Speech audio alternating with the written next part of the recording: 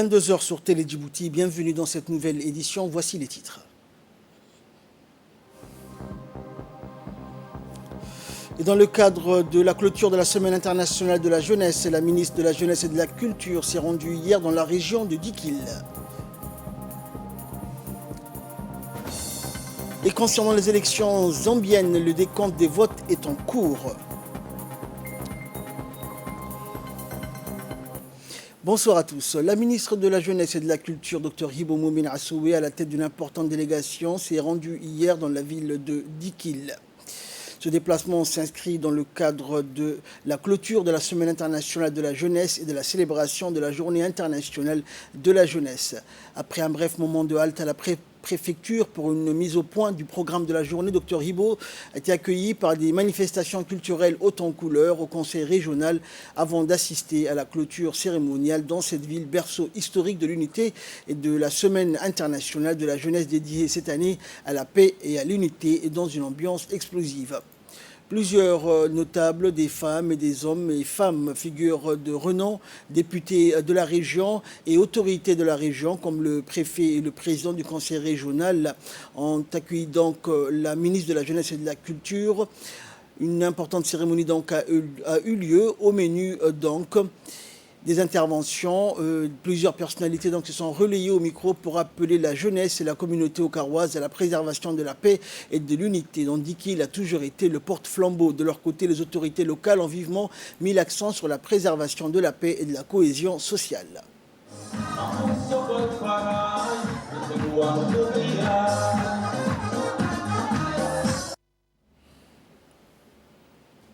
Écoutons pour plus de précision le préfet de la région du Dikil.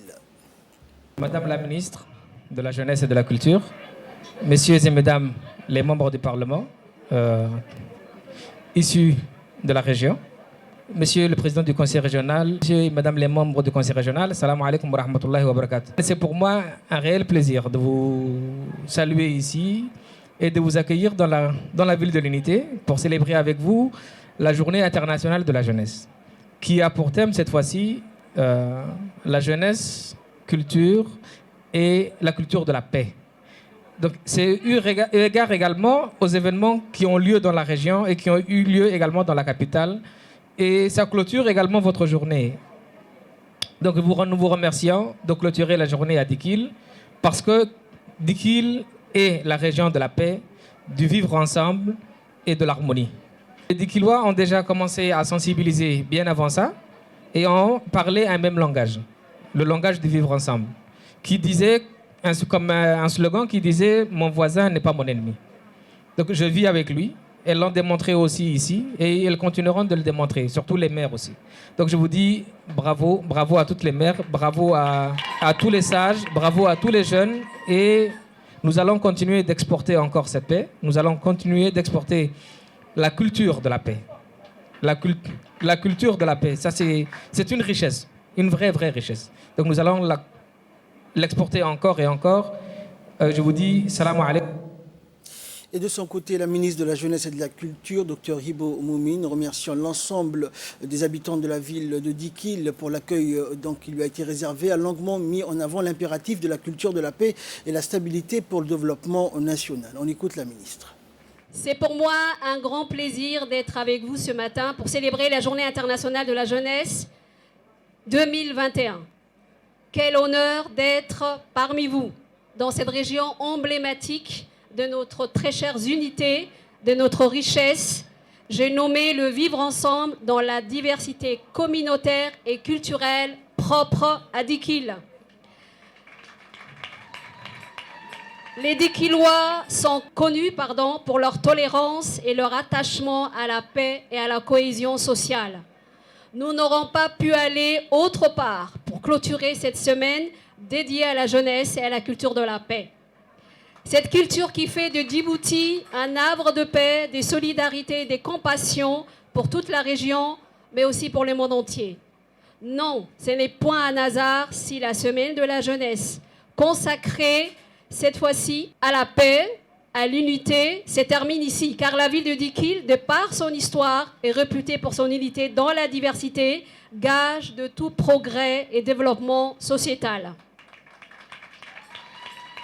Oui, notre développement s'érige sur notre amour de la paix et notre attachement aux valeurs singulières qui font de nous un pays respecté de par le monde, un pays en plein essor et émergence. La thématique de la Journée internationale de la jeunesse pour l'édition 2021, c'est transformer le système alimentaire, les innovations de jeunes pour la santé humaine et celle de notre planète.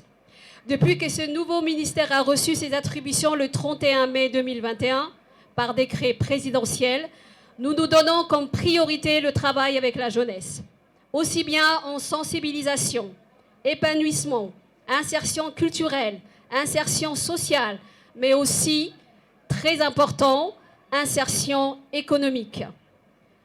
La jeunesse, comme l'a si bien dit le président de la République, son Excellence Ismaïla Omar Guelleh, c'est le capital humain à plus de 70%.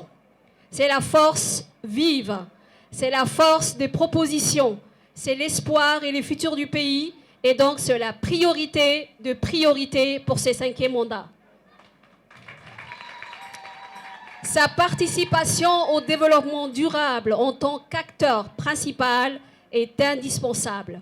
C'est pourquoi nous serons mobilisés pour l'accompagner et la servir autant que possible. L'objectif de cette journée internationale est de promouvoir au mieux ou de développer entre autres la conscience de jeunes en ce qui concerne le programme d'action mondiale pour la jeunesse. Ce programme s'étale sur 10 domaines prioritaires. Donc c'est pour vous dire que la jeunesse, ce n'est pas juste le travail du ministère de la Jeunesse et de la Culture, mais c'est le travail de tout le gouvernement.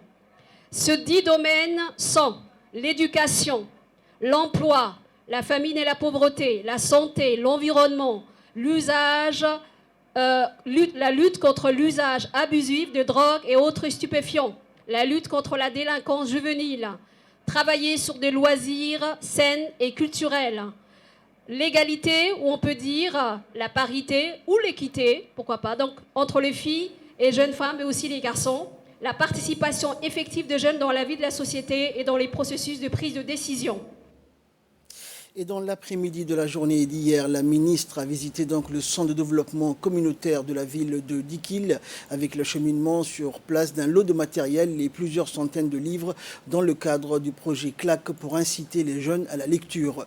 L'occasion aussi de se concerter avec les responsables et recueillir les doléances. La ministre, Dr Hibo Moumine, a par ailleurs constaté de visu les dégâts et l'état de délabrement avancé de l'ancien CDC en prévision d'une éventuelle prochaine réhabilitation. Après avoir été accueillie donc chaleureusement, la ministre a effectué donc une visite des lieux accompagnée des autorités de la région et a rencontré les jeunes donc qui s'adonnaient à différents jeux de société. Sous l'égide du ministère de l'Intérieur et du ministère délégué à la décentralisation, en étroite collaboration avec l'Union nationale des femmes djiboutiennes, la commune de Boulaos a organisé hier au siège de l'UNFD la deuxième conférence sur la non-violence et la cohésion sociale. Cette deuxième conférence s'inscrit dans la continuité de la campagne de sensibilisation sur la non-violence et la cohésion sociale et se poursuivra jusqu'au 15 août prochain. Il convient de noter que l'objectif ultime de cette campagne de sensibilisation est avant tout la consolidation de l'unité, de la cohésion pacifique des communautés et du vivre ensemble.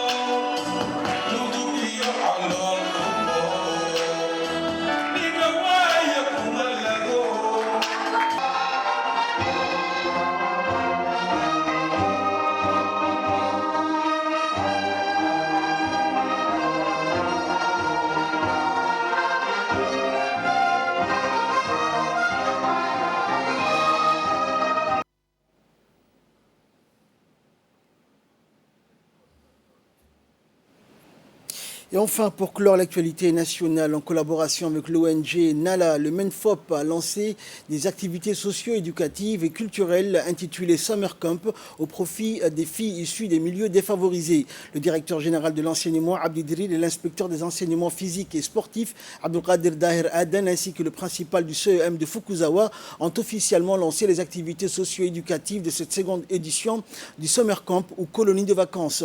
Durant les 3 journées, les jeunes collégiens ont participé participé à une série d'activités sportives et intellectuelles, dont notamment des ateliers de peinture et de collage, et suivi des conférences psychologiques et juridiques ainsi que des conseils d'orientation. Des juristes et des psychologues se sont relayés devant les jeunes filles issues des milieux défavorisés, des interventions donc pour leur donner les clés de leur épanouissement et de leur développement personnel pour devenir ainsi des jeunes femmes fortes.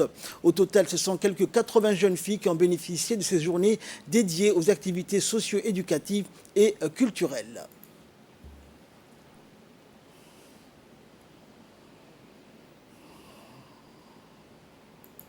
Bonjour, je m'appelle Karima Youssouf. Je suis une élève de CM de Vugzawa. Aujourd'hui, on est ici pour participer avec le NALA. En gros, hier, on nous a expliqué ce que c'était le NALA. Puis, on a fait des ateliers, d'où la peinture. Et après, on nous a orienté, le NALA nous a orienté notre projet à venir. Puis, on a tous déjeuné ensemble. C'est la première fois qu'on participe à des conférences comme ça. Du coup, on est vraiment très, très heureuse à participer. Et on fait plein d'activités comme hier et tout. On est très contents d'être ici en tout cas. En nouvelle du monde à présent, élection zambienne, le décompte des votes est en cours. Hier donc, les Zambiens ont pu voter pour leur nouveau président et pour les membres de l'Assemblée nationale. Face à une compétition serrée avec son rival, le chef d'État sortant a déployé davantage de soldats dans certaines régions du pays pour réprimer les violences électorales. Entre le renforcement de l'armée, la lenteur du scrutin et la fermeture partielle d'Internet dans l'après-midi, les électeurs ont fait leur choix dans des conditions difficiles. Environ 7 millions de citoyens pouvaient voter pour élire un président, des législateurs et des représentants des collectivités locales. Le candidat gagnant doit obtenir plus de 50% de voix pour éviter un second tour. Sport pour clore cette édition, Romelu Lukaku fait son grand retour à Chelsea. Il va retrouver les pelouses de Premier League et le maillot d'un de ses anciens clubs, Chelsea.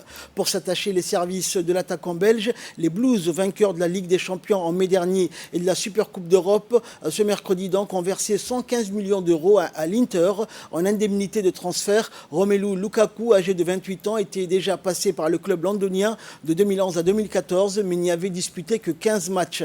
Depuis, il a complètement changé de statut, devenant même le meilleur buteur de l'histoire des Diables Rouges avec 64 réalisations. Il sort aussi d'une saison accomplie en Serie A où il a remporté le titre avec l'Inter en inscrivant 24 buts après 9 ans d'hégémonie de la Juventus. C'est la fin de cette édition. Je vous souhaite à toutes et à tous de passer une agréable soirée sur Télé Djibouti.